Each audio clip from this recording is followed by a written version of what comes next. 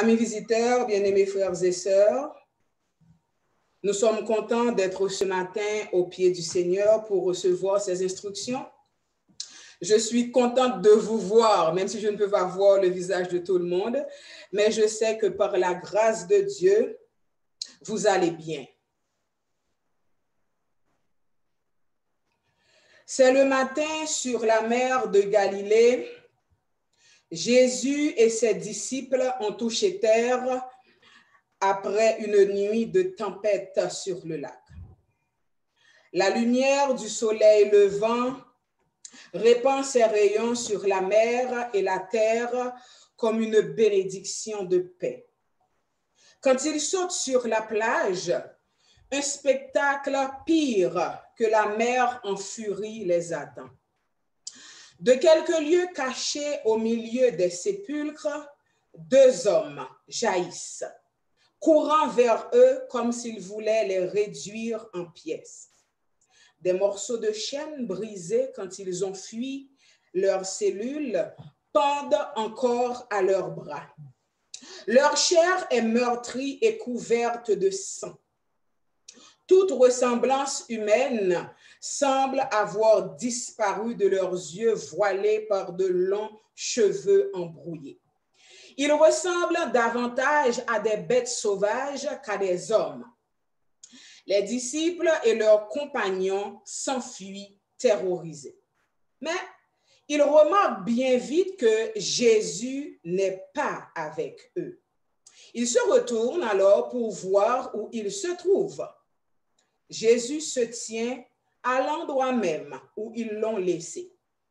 Celui qui a calmé la tempête, qui a déjà affronté Satan et l'a vaincu, ne fuit pas devant ses démons.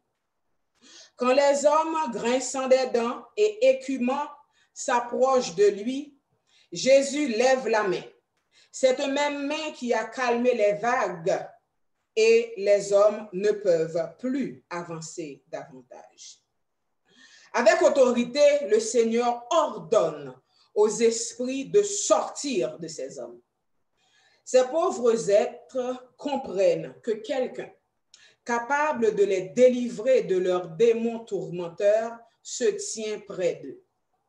Les esprits sont obligés de relâcher leurs victimes. Un changement merveilleux s'opère chez les démoniaques. La lumière brille dans leur esprit. Leurs yeux étincellent d'intelligence. Leur visage, si longtemps déformé à l'image de Satan, redevient subitement doux. Les mains ensanglantées s'apaisent et les hommes chantent les louanges de Dieu. En la présence de Jésus, les démoniaques se sentent à l'abri des démons qui les ont tourmentés pendant toute leur vie et qui ont ruiné leur existence d'adultes. Ils se tiennent tout près de Jésus qui va monter dans la barque. Ils se prosternent à ses pieds et le supplient de les garder avec lui, là où ils pourront entendre ses paroles. Mais Jésus les invite à retourner chez eux et à raconter les grandes choses que le Seigneur a accomplies pour eux. Voilà leur tâche, se rendre dans les foyers païens et parler des bénédictions reçues de Jésus. Il leur est pénible de se séparer du Sauveur. De grandes difficultés les attendent dans leur contact avec les concitoyens païens. Leur long isolement de la société semble les avoir disqualifiés pour ce travail. Mais dès que le Christ leur montre leur devoir, ils sont prêts à obéir. Ils ne parlèrent pas seulement de Jésus à leur famille et à leurs voisins, mais ils parcoururent toute la Décapole, témoignant partout de sa puissance salvatrice et racontant comment il les avait délivrés des démons. Les deux démoniaques guéris furent les premiers missionnaires que le Christ envoya pour prêcher l'évangile en Décapole. Ces hommes n'avaient entendu sa parole que pendant très peu de temps, mais ils pouvaient déjà parler de ce qu'ils savaient, de ce qu'ils avaient vu, de ce qu'ils avaient entendu et ressenti eux-mêmes de la puissance du Sauveur. Quand Jésus retourna en Décapole, la foule se pressa autour de lui et pendant 3 jours, des milliers de personnes venant de toute la contrée environnante entendirent le message du salut. Voilà ce que tout cœur touché par la grâce de Dieu peut faire. Voilà le témoignage que le Seigneur demande et dont l'absence provoque la perte du monde. Aujourd'hui, en mai 2020, nous avons un vaste champ ouvert devant nous, où chacun est un ouvrier ayant une tâche spécifique à accomplir. Frères et sœurs, nous devons agir vite, car le temps presse. Notre message de ce matin est titré « Une guérison bien particulière ». La péricope qui nous intéresse a été lue tantôt par Grâce. Celle-ci relate la guérison d'un paralytique nommé Aîné. Plus précisément ce matin, notre étude se focalisera sur les retombées de cette guérison que nous trouvons dans Acte 9, les versets 34 et 35. Nous allons lire ensemble Acte 9, versets 34 et 35. Lisons. Pierre lui dit, « Aîné, Jésus-Christ te guérit. Lève-toi et arrange ton lit. » Et aussitôt, il se leva. Tous les habitants de Lyde et du Saron le virent et ils se convertirent au Seigneur. Pierre avait répondu aux besoins d'Aîné. Actuellement, autour de nous, la situation est critique. À quel besoin allons-nous répondre afin que des âmes puissent donner leur cœur à Jésus? Prions. Père céleste, puisses-tu, dans ta sagesse infinie, nous instruire ce matin? S'il te plaît, donne-nous ton Saint-Esprit, montre-nous notre mission, ouvre notre cœur sur les besoins qui nous entourent, afin qu'en les accomplissant, des milliers d'âmes puissent se joindre à nous pour ta plus grande gloire. Au nom de Jésus. Amen. La scène du récit qui nous intéresse est rapportée dans le livre des Actes, tandis que l'apôtre Pierre, ancien et responsable d'Église, eut à cœur d'aller rendre visite aux saints qui habitaient la ville de Lyde. Mais le texte nous parle également de la plaine du Saron. Remarquez que le miracle a eu lieu dans la ville de Lyde, mais l'écho s'est immédiatement répandu dans toute la plaine du Saron. Que savons-nous de cette ville et de cette région?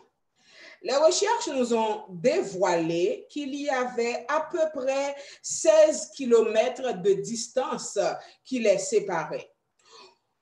Si nous voulons un exemple concret, nous pouvons dire du 74 rue principale, le nouveau local de notre église, jusqu'au centre Rideau. Donc, imaginez que tout le long de la route qui reliait ces deux contrées, les habitants ne s'entretenaient que d'une chose, la guérison d'Aîné. La ville de Lod, en grec, Lydda, signifie lutte. Cette ville reste célèbre dans la Bible grâce à la guérison du paralytique Aîné. Un fait à signaler, c'est qu'une florissante communauté chrétienne vivait dans cette ville. L'évangile y avait été implanté par Philippe après sa rencontre avec l'eunuque éthiopien.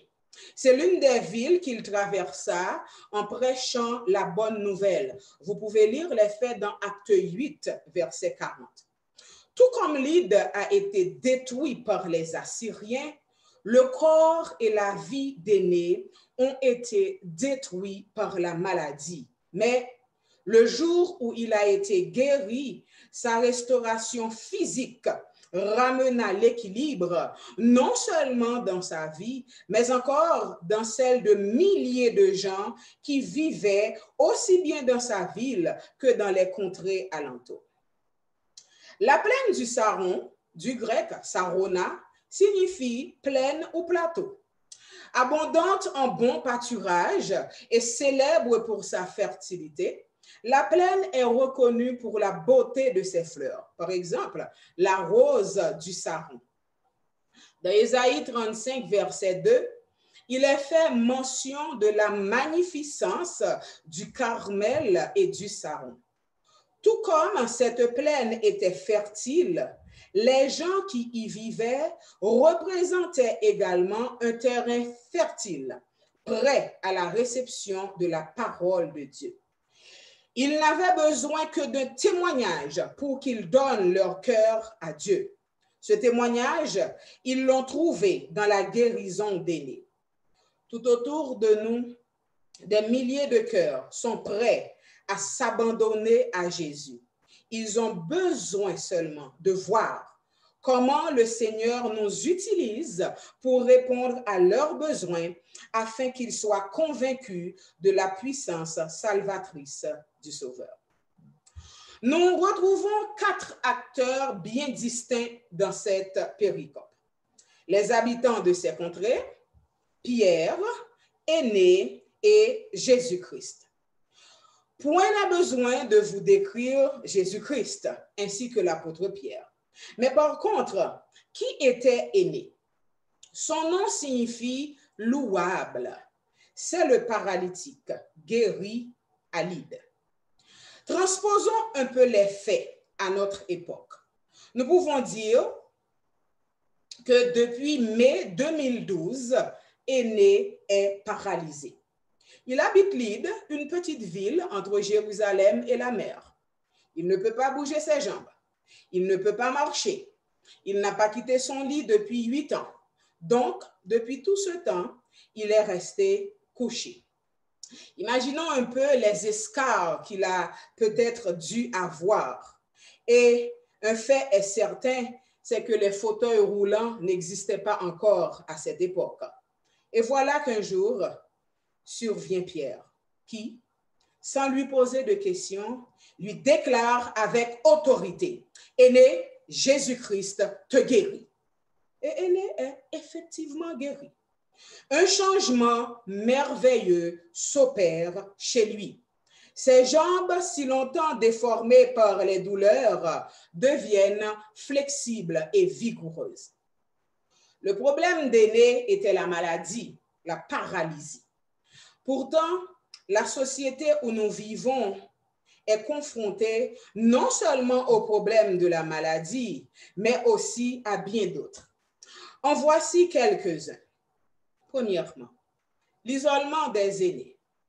Les aînés isolés socialement sont plus à risque d'adopter un comportement négatif pour leur santé, notamment la consommation d'alcool, le tabagisme et un mode de vie sédentaire et l'absence d'une bonne alimentation sont susceptibles, ils sont plus susceptibles de chuter et ont 4 à 5 fois plus de risques de se faire hospitaliser. La recherche montre également que l'isolement social est un indicateur de mortalité des suites d'une maladie coronarienne ou d'un accident vasculaire cérébral. Je me souviens, il y a de cela quelques années, j'étais dans un bus de la STO et puis le bus s'est arrêté et puis il y a un monsieur de 97 ans, comme je vais avoir cette information après, qui est monté dans le bus. Et puis, il est monté, il y avait un jeune homme alors qui était assis dans le siège au dos du chauffeur qui allait se lever pour lui donner la place. Mais il dit au jeune homme, merci, merci, ça va, je reste debout. Et puis, il a entamé une conversation avec le chauffeur.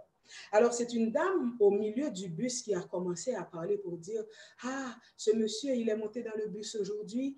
C'est un ancien employé du gouvernement, mais vous savez, sa femme est décédée il y a 2 ou 3 ans. Son dernier fils est déjà dans un centre à Québec. Donc, tous ses amis, tous les gens de sa génération sont pratiquement décédés. Il vit seul. Ce qu'il fait, le matin, il se lève après son déjeuner, il sort dans les rues. Que ce soit en hiver ou en été, il va marcher juste pour rencontrer du monde. Et pour pouvoir parler à des gens, il monte dans les bus. Les chauffeurs de la STO le connaissent. Il s'arrête pour qu'il puisse monter. Il descend quelques kilomètres plus tard, traverse la rue, prend un autre bus dans l'autre sens. Il fait ça pendant toute la journée juste pour avoir de la compagnie. Deuxièmement, l'agression sexuelle contre les femmes. La violence sexuelle à l'égard des femmes est l'un des exemples de problèmes sociaux aujourd'hui. Les mouvements féministes ont fait de ce comportement un problème depuis les années 1970. Les femmes de couches sociales défavorisées sont les plus vulnérables. Même si à l'âge adulte, les hommes sont victimes de nombre considérable d'agressions sexuelles, mais les femmes en sont davantage victimes qu'eux. Parmi les victimes d'infractions sexuelles à l'âge adulte rapportées au service de police, 8% étaient des hommes et 92% étaient des femmes. Et ce, autant au Québec, on a les rapports de 2010, qu'au Canada, ce sont les rapports de 2008 qui en témoignent. Troisièmement, la délinquance juvénile. La délinquance juvénile est un problème de la société moderne. Il est lié à l'inadaptation sociale chez les jeunes. En raison de la nature grave et généralisée du problème, l'UNESCO a créé des programmes pour y remédier. La délinquance juvénile est particulièrement aiguë dans certains des pays les plus développés. Quatrièmement, la faim. Environ 900 millions de personnes souffrent de la faim dans le monde. Ne pas manger à sa faim est une réalité bien présente dans nos propres milieux.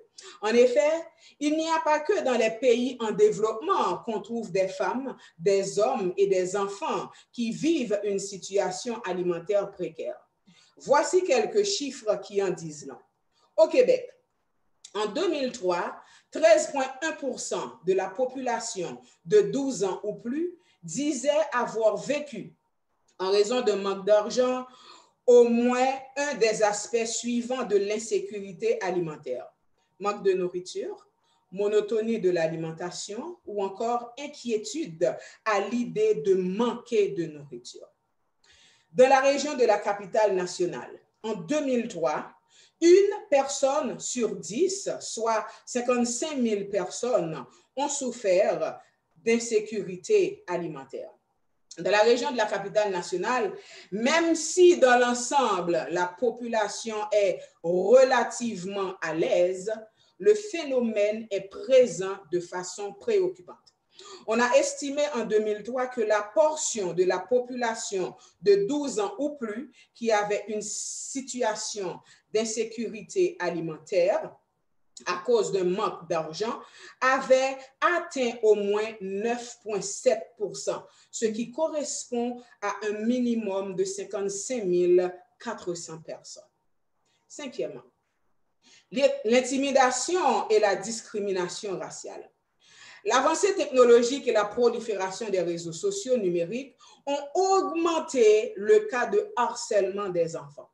L'intimidation physique et la cyberintimidation ont de graves conséquences sur le bien-être psychologique des enfants et des adolescents. La discrimination, elle, consiste en un déni arbitraire des droits civils pour des raisons raciales ou ethniques. L'utilisation du mot arbitraire souligne que ces groupes ne sont traités de manière inégale qu'en raison de leur race et de leur origine ethnique. Que dit l'article 1 de la Déclaration des droits de l'homme et du citoyen? Je lis pour vous. Les hommes naissent libres et demeurent égaux en droit. Fin de citation. Bien avant cette charte, Dieu avait créé deux êtres libres dans le jardin d'Éden. Adam n'était pas supérieur à Ève, ni Ève à Adam. Ce type de discrimination se produit dans la vie quotidienne des groupes raciaux minoritaires, déni de service ou mauvais service dans les magasins ou les restaurants, harcèlement policier ou profilage racial, etc. Entre parenthèses, je vous dirais qu'une grande partie des décès qui ont augmenté les statistiques liées au coronavirus aux États-Unis sont dus à la discrimination raciale. Voici ce que déclare la servante du Seigneur dans le ministère de la guérison. Le monde est malade et partout où demeurent les enfants des hommes, la souffrance abonde et on en recherche le soulagement. Page 7, paragraphe 1. Paragraphe 2. Il n'entre pas dans les vues du Seigneur que l'humanité soit accablée de fardeaux de souffrance, que ses activités soient restreintes par la maladie, que sa force s'évanouisse et que sa vie soit raccourcie par les douleurs. Maintenant, voyons qui étaient les habitants de ces deux contrées. Bien qu'il y ait eu une communauté chrétienne dans ces deux villes, cela ne signifie pas que tous les habitants connaissaient Jésus.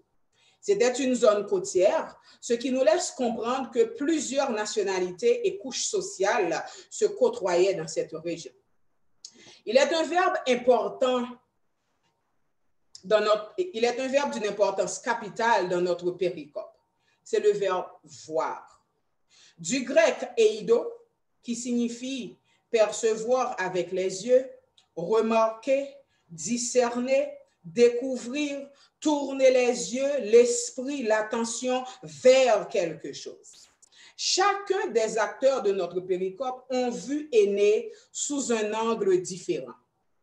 Les habitants de Lyde ont vu Énée malade, paralysé. Il luttait contre la maladie depuis 8 ans. Ils étaient habitués à le voir. Énée faisait partie de leur décor quotidien. Il était toujours là, couché sur son lit. Il était visible, exposé à la vue de tous. L'histoire ne nous dit pas qu'Énée a toujours été malade. Non. Le texte nous dit qu'il était malade depuis 8 ans. Ce qui signifie qu'un jour, pour une raison quelconque, il y a eu une cassure dans le cours normal de sa vie. Tout a basculé. Ses responsabilités ont dû être prises par quelqu'un d'autre. Les choses avaient changé, non pour le meilleur, mais pour le pire. Aujourd'hui, quand nous voyons la souffrance autour de nous, sommes-nous prêts à secourir, à offrir notre aide, à endosser des responsabilités ou encore, comme les habitants de ces contrées, sommes-nous si habitués à la souffrance humaine que nous devenons indifférents? Frères et sœurs, en ces temps où nous vivons, il est de notre devoir de subvenir aux besoins de ceux qui souffrent et d'agir comme Jésus a agi. Je reprends pour vous. En ces temps où nous vivons, il est de notre devoir de subvenir aux besoins de ceux qui souffrent et d'agir comme Jésus a agi. Dès que le besoin se présente, nous devons être prêts à passer à l'action. Pierre, lui, a vu Énée. Celui-ci ne lui a pas demandé de le guérir. Pierre a pris l'initiative au nom de Jésus. Il a fixé ses yeux sur Énée et lui a dit, « Énée, Jésus-Christ te guérit. Lève-toi et arrange ton lit. » C'est comme si Pierre était en train de dire à Énée, « Jésus-Christ t'a déjà guéri. Il te reste à te lever et à arranger ton lit toi-même. » Énée a cru aux paroles de Pierre et il s'est levé avec promptitude. Pierre n'a pas guéri Énée. C'est Jésus qui est l'auteur de cette guérison. Le Saint-Esprit a utilisé Pierre comme un canal pour que la gloire de Dieu puisse éclater, pour que d'autres personnes puissent voir, croire et accepter Jésus. Un fait important à signaler, c'est que pour la première fois en 8 ans, Aîné allait faire ce que les autres faisaient pour lui. Il devait arranger son lit. C'était le début de la reprise de ses responsabilités. S'il pouvait arranger son lit, il serait en mesure d'assumer toutes les tâches qu'il avait délaissées depuis 8 ans. Voici ce que nous déclare la plume inspirée, toujours dans le ministère de la guérison, page 193, paragraphe 4. Le Christ est encore le médecin compatissant, comme au jour de son ministère terrestre. En lui se trouve un baume pour toutes les maladies, une puissance de guérison pour toutes les infirmités. Nous devons présenter à Dieu par la foi les malades et tous ceux qui souffrent et leur apprendre à se confier au grand médecin. Tout comme Jésus, par l'intermédiaire de son Saint-Esprit, nous avons pour devoir d'apporter des solutions aux problèmes qui nous entourent. Aux aînés isolés, nous pouvons offrir de notre temps. Aux femmes agressées, nous pouvons offrir notre soutien physique et moral en leur disant qu'elles ont quelqu'un sur qui compter. Aux jeunes délinquants, nous pouvons tendre une main secourable et les aider à voir qu'il y a encore de l'espoir et que tout n'est pas perdu. Partage ton pain avec celui qui a faim. Vous et moi connaissons trop bien ce verset. Et nous avons plus que du pain. Alors, il ne nous reste qu'à partager. Les marginalisés et les discriminés doivent retrouver leur place au sein de la société. Frères et sœurs, amis visiteurs, il n'y a qu'un seul ciel. Et Jésus est aussi mort pour ceux que nous négligeons et repoussons. Quand les habitants de Lyde et du Saron ont vu, quand ils ont été témoins, quand ils ont observé ce qui était arrivé, ils se donnèrent au Seigneur. L'expression « tous les habitants » ne signifie pas nécessairement chaque individu, mais de préférence un grand nombre d'habitants. À mesure que la nouvelle de la guérison d'Aîné se propageait, on assistait à une renaissance de la piété dans ces contrées-là. Le fait qu'Aîné ait été guéri attira l'attention de tout un chacun. Il n'y avait aucun doute sur la personne, mais la grande question était de savoir comment il a été guéri. Le miracle qui a apporté la guérison physique à Aîné a suscité la foi en la puissance de Jésus qui peut guérir aussi spirituellement. Aujourd'hui, en répondant aux besoins de ceux qui nous entourent, en nous mêlant aux autres, en utilisant la méthode de Jésus, en mettant de côté notre indifférence et en laissant Jésus agir, plusieurs cœurs se donneront à lui. Nul cas n'est perdu pour Dieu. Nul cas. Et dans sa sagesse infinie, il emploie les cas les plus désespérés pour faire éclater sa gloire et amener des âmes dans son royaume. Et nous disons Amen. Écoutez cette déclaration de l'esprit de prophétie. Chaque guérison était pour le Sauveur une occasion d'implanter des principes divins dans l'âme et l'esprit. Tel était le but de son œuvre. Il offrait des bénédictions terrestres afin d'incliner le cœur des hommes à recevoir l'évangile de sa grâce. Ministère de la guérison, page 19, paragraphe 4. Quand chacun de nous accomplira l'œuvre qui lui incombe, quand chacun sera sensible aux besoins de ses semblables, quand chaque membre sera conscient de la rapidité du temps en s'attelant à la tâche, quand la marginalisée sera réintégrée, quand le mot discrimination ne fera plus partie de notre vocabulaire, quand l'aîné ou le nouvel immigrant ne se sentira plus isolé, alors les gens nous feront confiance et donneront leur cœur à Jésus. On raconte l'histoire d'un médecin dont le bateau fit naufrage sur une île habitée par une tribu indigène. Dans les jours qui suivirent le naufrage, la situation était très difficile pour lui car les indigènes le prenaient pour un ennemi. C'était pour la première fois qu'il voyait un étranger et en plus de cela, ce médecin ne parlait pas leur langue. Au fil du temps, ils ont fini par l'accepter comme l'un des leurs et lui ont même donné le nom d'un de leurs dieux. Ce médecin leur a appris beaucoup de choses sur les principes d'hygiène et sur les lois de la santé. Il sauva même la vie du fils unique du chef du village qui souffrait depuis quelque temps d'une grave maladie. Malheureusement, quelques années plus tard, le médecin décéda. Les villageois étaient inconsolables. Ils pleurèrent pendant plusieurs jours et pour se consoler, ils érigèrent un monument en son honneur et le vénérèrent selon leur coutume. Peu de temps après, un missionnaire adventiste fut envoyé dans cette contrée lointaine pour prêcher l'Évangile. Quand les villageois le virent, ils étaient contents.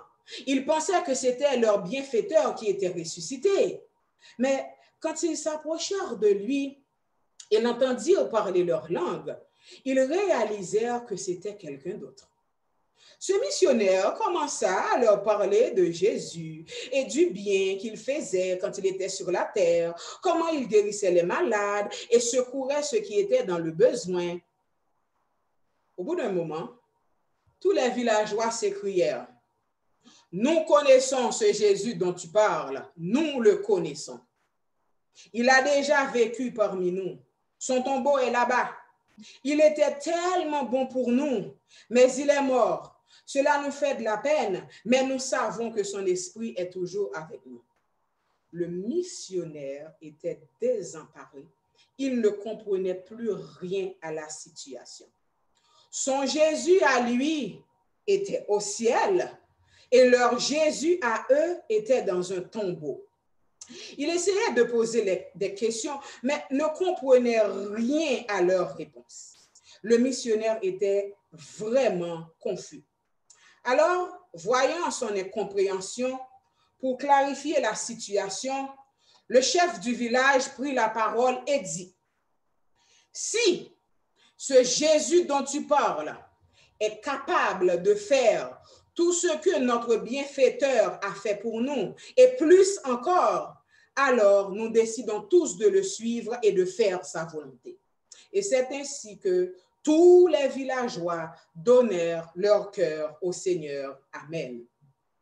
Jésus lui-même déclare dans Jean 14, verset 12, « En vérité, je vous le dis, celui qui croit en moi fera aussi les œuvres que je fais, et il en fera de plus grandes, parce que je m'en vais au Père. » Quand il était sur la terre, Jésus faisait les œuvres de son Père qu'il avait envoyé.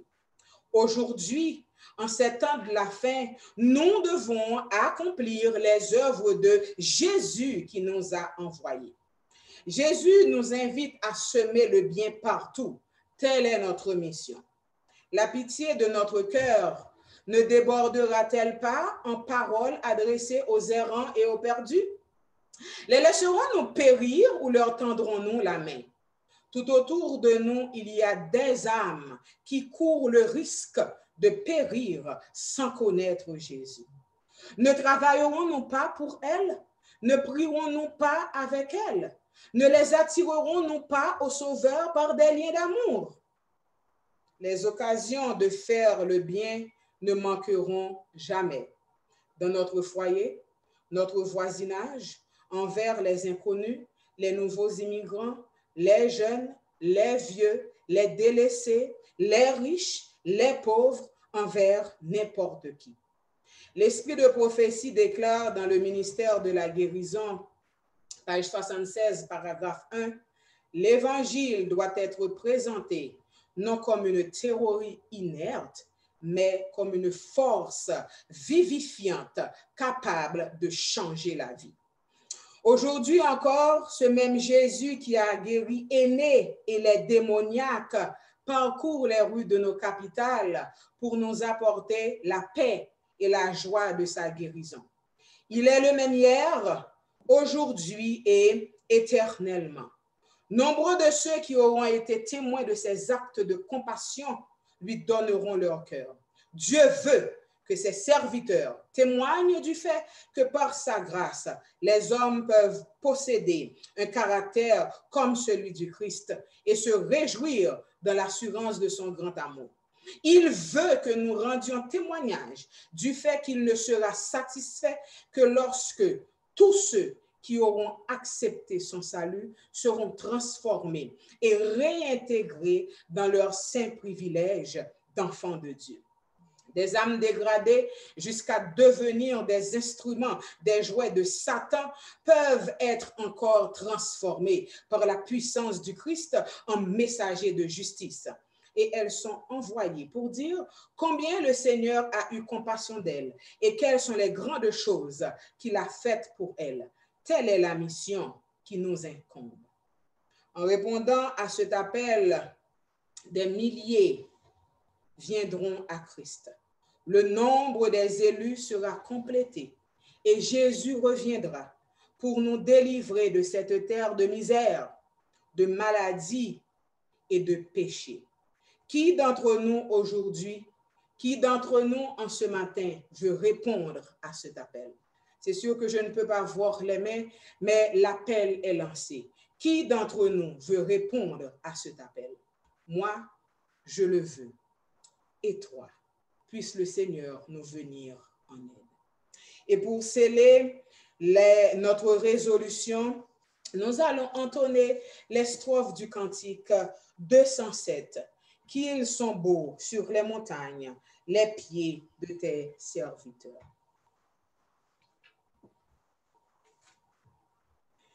Qui sont beaux sur les montagnes, les pieds de tes serviteurs, qui parcourent les campagnes, prêchant la grâce aux pécheurs. Ô délicieuse vie d'un disciple de Jésus, qui pour son maître s'oublie en annonçant ses vertus. Libre de toute autre chaîne, le chrétien qui sert son Dieu, dans la souffrance et la peine, suit son modèle en tout lieu. Lui-même en vivant offrande, il se livre à son sauveur. C'est là ce que Dieu demande d'un fidèle serviteur. Allez, témoins de la grâce, répétez l'appel divin. Allez, et de place en place, conviez au grand festin. Amenez qui s'humilie, les perdus, les malheureux, que la salle soit remplie, l'appel du maître est pour eux. Aux cœurs accablés de peine, maudissant leur triste sort, aux captifs chargés de chaînes et tremblant devant la mort. Dites que Dieu, dans sa grâce, de son Fils nous a fait don, et que la croix efficace nous assure son pardon.